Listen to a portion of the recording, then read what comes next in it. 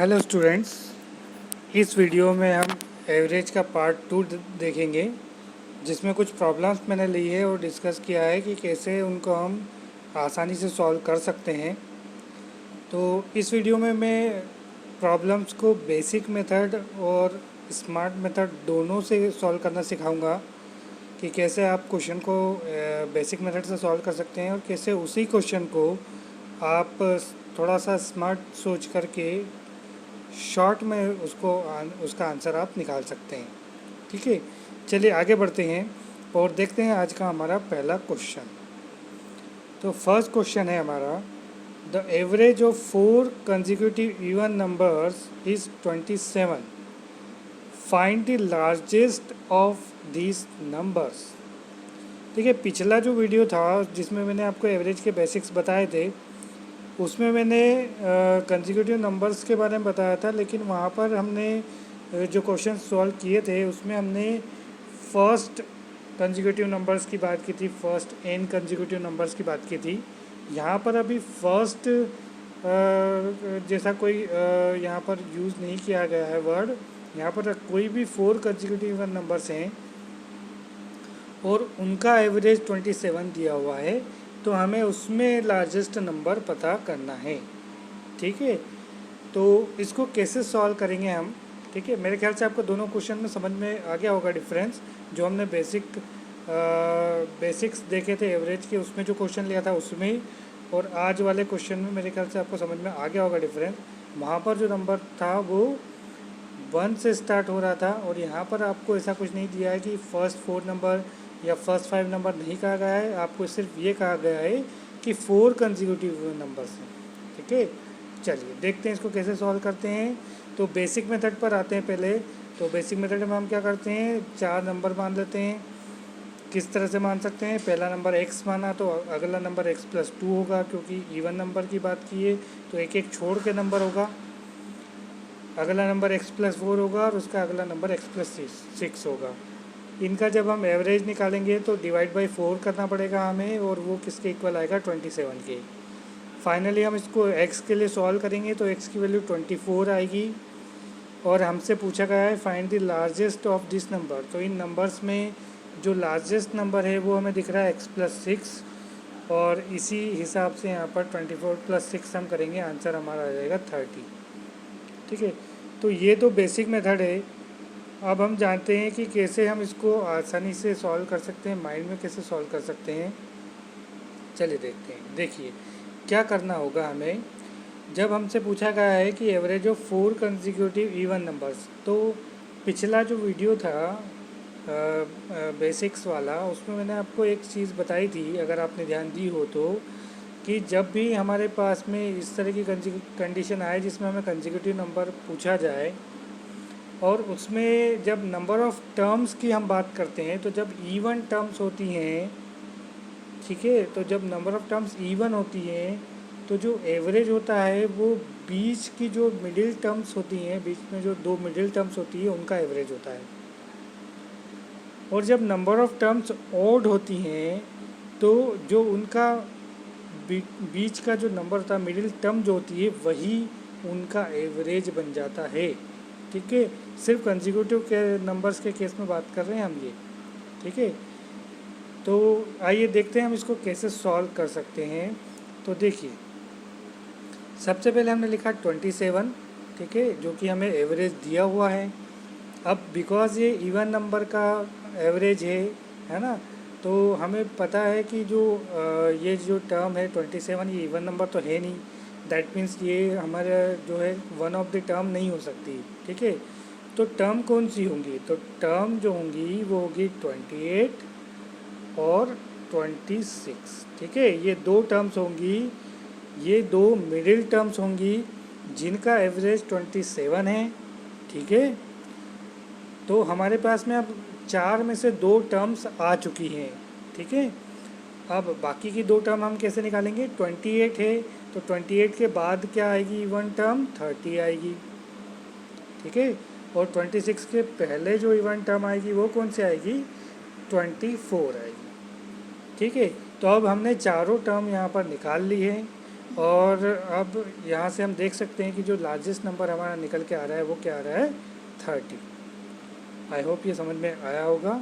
एक क्वेश्चन इस तरह का और हम देखेंगे और सीखेंगे कैसे हम इस क्वेश्चन को सॉल्व करते हैं, एक बार और देख लेंगे अगले क्वेश्चन में। ठीक है, चलिए बढ़ते हैं हम अगले क्वेश्चन की तरफ और देखते हैं कि क्या है हमारा अगला क्वेश्चन। तो दूसरा क्वेश्चन है, सेकंड क्वेश्चन हमें कह रहा है the average of 5 consecutive odd numbers is 61। What is the difference between highest and lowest numbers. तो अब यहाँ पर देखिए, अब नंबर ऑफ टर्म्स क्या दी हुई है, 5 दी हुई है, जो कि एक ऑड नंबर है। ठीक है, नंबर ऑफ टर्म्स कितनी है, 5, यानी कि ऑड नंबर है, टोटल 5 टर्म्स है। तो मैंने आपको बताया था जब भी नंबर ऑफ टर्म्स आपको ऑड दी जाए तो जो भी मिडिल वाली टर्म होगी वही एवरेज होगी, और यहाँ हमें एवरेज दिया हुआ है 61। ठीक है, तो जब आपको एवरेज 61 दिया हुआ है तो टोटल 5 टर्म्स हैं, तो ये मिडिल टर्म होगी, तो मतलब इसके आगे 2 टर्म्स होंगी और इसके दो पीछे टर्म्स होंगी। ठीक है ना, टोटल 5 टर्म्स होंगी। तो बस हम एक बार टर्म्स निकाल लेंगे कौन कौन सी टर्म्स इसमें आएंगी, तो हमें हाईएस्ट लोएस्ट का डिफरेंस निकालने में कोई दिक्कत नहीं आएगी। ठीक है, तो जैसा कि मैंने आपको कहा है कि पहले मैं आपको बेसिक तरीका बताऊंगा, तो पहले हम यहाँ पर इसका बेसिक तरीका देख लेते हैं कैसे इसको सॉल्व करेंगे। चूँकि यहाँ पर 5 टर्म्स पूछी गई हैं, तो जैसे हमने x + 2 x + 4 x + 6 माना था, यहाँ पर एक टर्म और हमें माननी होगी x + 8। इनको हम सम करेंगे, डिवाइड बाय 5 करेंगे, और वो किसके इक्वल आएगा, 61 के इक्वल आएगा। इस इक्वेशन को जब हम सॉल्व करेंगे तो हमारे पास x की वैल्यू निकल के आएगी 57। ठीक है, तो जब हमारे पास x की वैल्यू 57 आ गई तो x हमारी लोएस्ट टर्म है और x + 8 हमारी हाईएस्ट टर्म है। तो हमें वैसे तो यहाँ पर दिख रहा है कि दोनों के बीच में हाईएस्ट और लोएस्ट जो नंबर्स हैं उनके बीच का डिफरेंस आप यहीं पर देख सकते हो कि जो डिफरेंस है वो 8 है। तो आपका जो क्वेश्चन का आंसर है वो तो यहीं पर ख़त्म हो जाता है, लेकिन फिर भी अगर आप नंबर ऑफ़ टर्म्स निकाल करके इसको सॉल्व करना चाहते हैं ताकि सीख जाएं आप कैसे नंबर ऑफ़ टर्म्स निकालते हैं, तो ये मैंने आपको बता दिया है। तो लोएस्ट नंबर जो है आपका 57 हो गया और हाईएस्ट नंबर जो हो गया आपका 57 + 8 हो गया, और डिफरेंस आपको पता चल गया यहाँ से 8। ठीक है, चलिए अगर आपको नंबर ऑफ़ टर्म्स को फास्ट तरीके से निकालना है, ठीक है, फास्ट तरीके से आप चाहते हैं कि नंबर ऑफ़ टर्म्स निकालने हैं, तो कैसे इसको हम सॉल्व करेंगे, चलिए वो सीखते हैं। तो जैसा कि मैंने आपको बताया कि हमें 5 टर्म्स चाहिए, तो जो मिडिल टर्म होगी वो 61 होगी। क्यों, क्योंकि 5 जो है वो ऑड नंबर है। अगर यहाँ इवन नंबर होता, इवन टर्म्स होती, तो 2 मिडिल टर्म्स का एवरेज हमें यहाँ पर फाइनल एवरेज के फॉर्म में दिया होता। अब यहाँ फाइनल एवरेज जो है मिडिल वाली टर्म होगी क्योंकि कंसेक्यूटिव नंबर है। अब बिकॉज ये ऑड नंबर्स हैं तो अगली जो टर्म आएगी वो क्या आएगी, 63 आएगी, और इसके बाद की जो टर्म आएगी वो क्या आएगी, 65 आएगी। 61 के पहले वाली टर्म क्या आएगी, तो 59 आएगी, और उसके पहले वाली टर्म क्या आएगी, तो 57 आएगी। ठीक है, तो मेरे ख्याल से आपको ये समझ में आ गया होगा कि 5 टर्म्स हम कैसे निकाल सकते हैं यहाँ पर।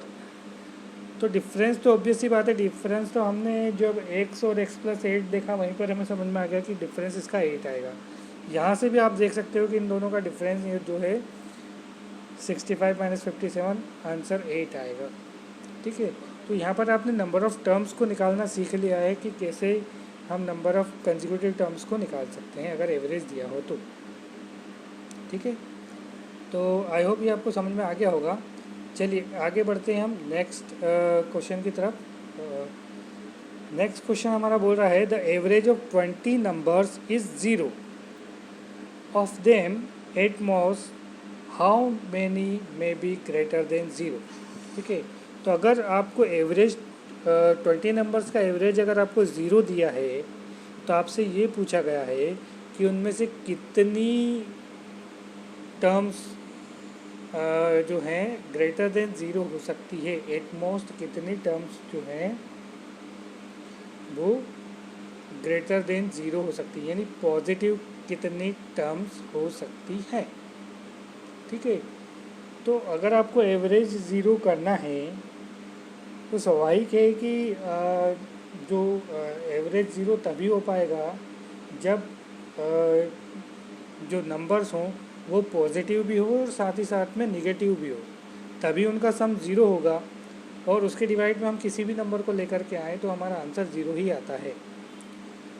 तो इसके लिए हमें क्या करना होगा कि क्या हम कर सकते हैं, कितने पॉजिटिव नंबर्स को हम यहाँ पर ऐड कर सकते हैं ताकि जो हमारा आंसर है वो ज़ीरो हो जाए। तो देखिए, अगर 20 नंबर्स की हम बात कर रहे हैं तो हमें एटमोस्ट 19 नंबर्स हम पॉजिटिव रख सकते हैं, या हम ये कहें कि एटलीस्ट हमें एक निगेटिव नंबर रखना होगा, तभी सारे पॉजिटिव नंबर्स का सम उस निगेटिव नंबर के सम के इक्वल होकर के आंसर ज़ीरो आ सकता है ना। मेरे ख्याल से आपको ये समझ में आया होगा। तो कितनी टर्म्स हो गई, 19 टर्म्स ऐसी हो गई जिन्हें हम नॉन ज़ीरो रख सकते हैं। तो इस क्वेश्चन का जो आंसर आएगा वो कितना आएगा, 19। ठीक है, मेरे ख्याल से आपको ये समझ में आ गया। चलिए आगे बढ़ते हैं नेक्स्ट क्वेश्चन की तरफ। A student was asked to find the arithmetic mean of the number 3, 11, 7, 9, 15, 13, 8, 19, 17, 21, 14 and x. He found the mean to be 12. What should be the number in place of x? तो आपको x की जगह पर क्या number आने वाला है ये निकालना है। ठीक है, आपको मीन दिया हुआ है 12, है ना, यानी एवरेज आपको 12 दिया हुआ है।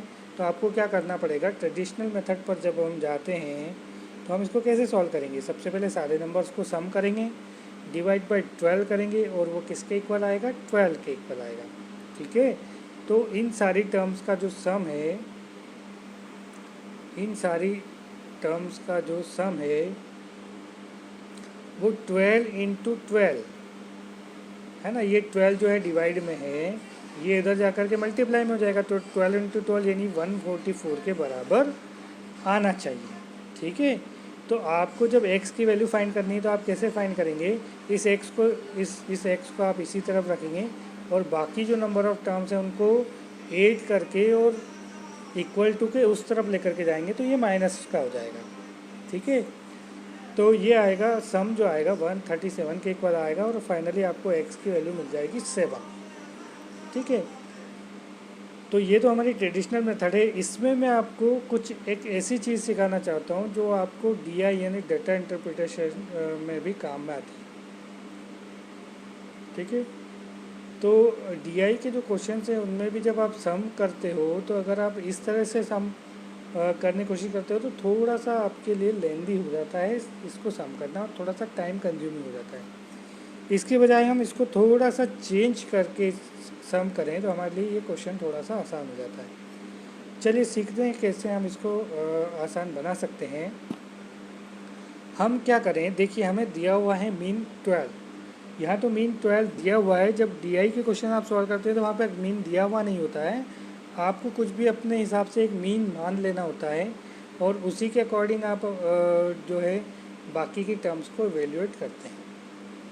चलिए यहाँ पर तो हमें मीन दिया हुआ है 12, तो हम क्या करते हैं, हम ये इसको डायरेक्ट सम करने के बजाय हम ये लिख लेते हैं कि ये जो टर्म्स है 12 के कंपैरिजन में कितनी पॉजिटिव है या कितनी निगेटिव। ठीक है, चलिए तो सबसे पहले हम बात करते हैं 3 की। तो 3 क्या है, 3 का मतलब है 3 जो है 12 से 9 छोटा है। मतलब हम यहाँ पर क्या लिखेंगे, यहाँ पर हम लिखेंगे -9। 3 जो है 12 से 9 छोटा है, इसलिए हमने यहाँ पर लिखेंगे -9। 11 की बात करते हैं, 12 से 1 छोटा है, 1 शॉर्ट है, तो हम लिखेंगे -1। 7 की बात करते हैं, ये क्या है 5 शॉर्ट है तो -5। 9 की बात करते हैं -3 हो जाएगा। 15 की बात करते हैं, ये +3 हो जाएगा। ठीक है, 12 से कंपेयर कर रहे हैं हम। 13 की बात करते हैं +1 हो जाएगा। 8 की बात करते हैं -4 हो जाएगा। 19 की बात करते हैं +7 हो जाएगा। 17 की बात करते हैं +5 हो जाएगा। 21 की बात करते हैं +9 हो जाएगा। और 14 की बात करते हैं तो +2 हो जाएगा। ठीक है, और आपके साथ में एक टर्म है एक्स, इसको अभी हम सम नहीं कर रहे हैं। अभी क्यों नहीं कर रहे हैं मैं अभी आपको बताऊंगा। देखिए, अगर हम इन सारी टर्म्स को सम करते हैं तो यहाँ पर क्या होगा, देखिए -9 जो है +9 से कैंसिल हो जाएगा। -3 +3 से कैंसिल हो जाएगा। +5 -5 आपस में कैंसिल हो जाएंगे।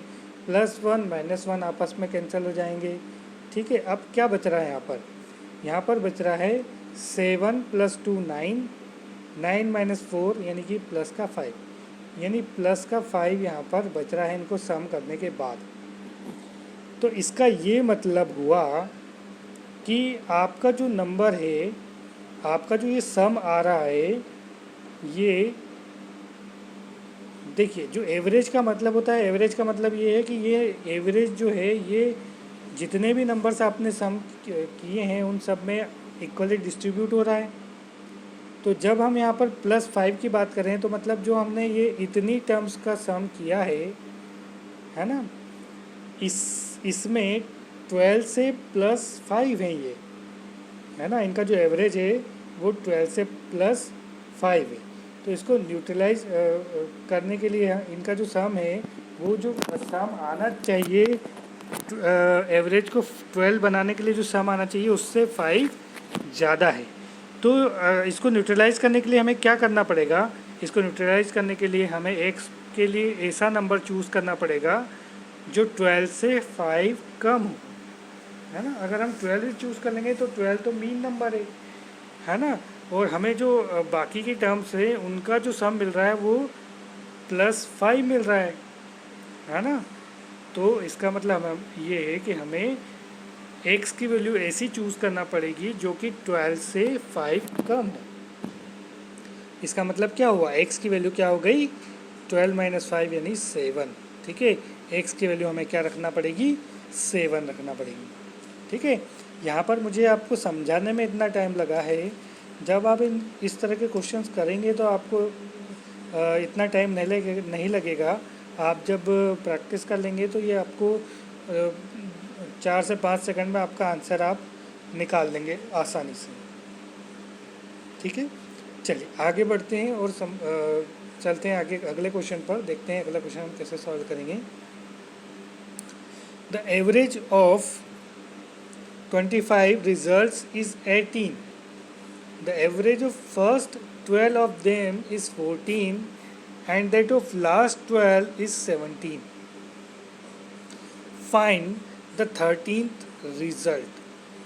ठीक है, तो कोई 25 नंबर्स दिए हुए हैं, उनका एवरेज कह रहा है कि 18 हो रहा है, और इन 25 नंबर्स में से पहले जो 12 नंबर्स हैं उनका एवरेज क्या है, 14 है, जबकि बाद के जो 12 नंबर्स हैं उनका एवरेज 17 है।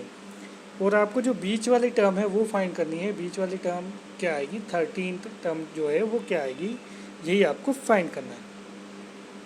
चलिए पहले देखते हैं हम ट्रेडिशनल मेथड कि हम कैसे इसको सॉल्व करते हैं। तो सबसे पहले हम क्या करेंगे, यहाँ पर हमें जो 25 नंबर्स दिए उनका एवरेज कितना दिया हुआ, 18 से मल्टीप्लाई कर लेंगे तो हमें क्या मिलेगा, सम मिल जाएगा। ठीक है, 25 नंबर्स का सम मिल जाएगा। इस सम में से हम क्या करेंगे, टोटल 24 नंबर्स का सम हमें दिया हुआ है। कैसे पता कर सकते हैं हम, वो पहले 12 नंबर्स का जो एवरेज है वो 14 है, उसको मल्टीप्लाई करते हैं तो पहले 12 नंबर्स का सम हमें मिल जाएगा। उसमें जब हम बाद वाले 12 नंबर्स का सम 8 करेंगे तो हमें टोटल 24 नंबर्स का सम मिलेगा। तो जब हम 25 नंबर्स के सम में से 24 नंबर्स का सम माइनस करेंगे तो हमें फाइनली जो बीच वाला जो नंबर था, यानी जो 25 नंबर था, वो आपको यहाँ पर मिल जाएगा। ठीक है, तो जब आप इनको मल्टीप्लाई करके सॉल्व करेंगे तो आपको यहाँ पर आंसर मिलेगा 78। ठीक है, तो अगर आप यहाँ पर इसमें मल्टीप्लिकेशन से बचना चाहते हैं और थोड़ा सा इस क्वेश्चन को आसान बनाना चाहते हैं तो इसको कैसे हम सॉल्व करेंगे, चलिए अब उस मेथड को हम सीख लेते हैं। ठीक है, कि कैसे इस क्वेश्चन को हम थोड़ा आसान कर सकते हैं। चलिए देखते हैं। तो हमारे पास क्वेश्चन है कि 25 रिजल्ट्स हैं, उनका जो एवरेज है वो 18 है ना। मतलब ओवरऑल एवरेज हमें दिया हुआ है कि ओवरऑल एवरेज कितना है, 18 है। अब फर्स्ट 12 टर्म जो हैं उनका जो एवरेज है वो कितना है, 14 है। मतलब जो फर्स्ट 12 जो हैं, फर्स्ट 12 जो नंबर्स हैं, ठीक है, फर्स्ट 12 जो नंबर्स हैं उनकी जब हम बात करें, ठीक है, तो उनका एवरेज क्या हो रहा है, 4 शॉर्ट है ना। 18 के कंपैरिजन में 14 है यहाँ पर, मतलब 4 शॉर्ट है ये, है ना, 4 कम है। ठीक है, जबकि लास्ट 12 जो हम बात कर रहे हैं, लास्ट 12 जो हैं उनका जो एवरेज है वो कितना दिया हुआ है आपको, 17।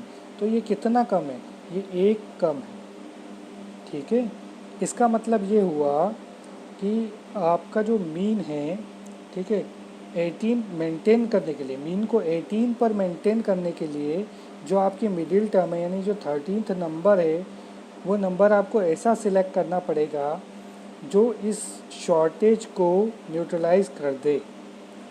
ठीक है, अब देखिए ये 12 नंबर्स पर -4 एवरेज शॉर्ट है, -4 एवरेज शॉर्ट है, मतलब हर टर्म में से -4 है।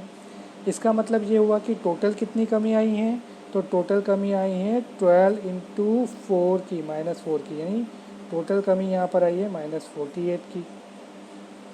अब दूसरी तरफ देखिए, दूसरी तरफ 12 × -1 है, तो टोटल कमी कितनी आई है, -12 की कमी आई है। ठीक है, तो कुल मिलाकर के कितनी कमी हो गई, कुल मिलाकर के 60 की कमी हो चुकी है।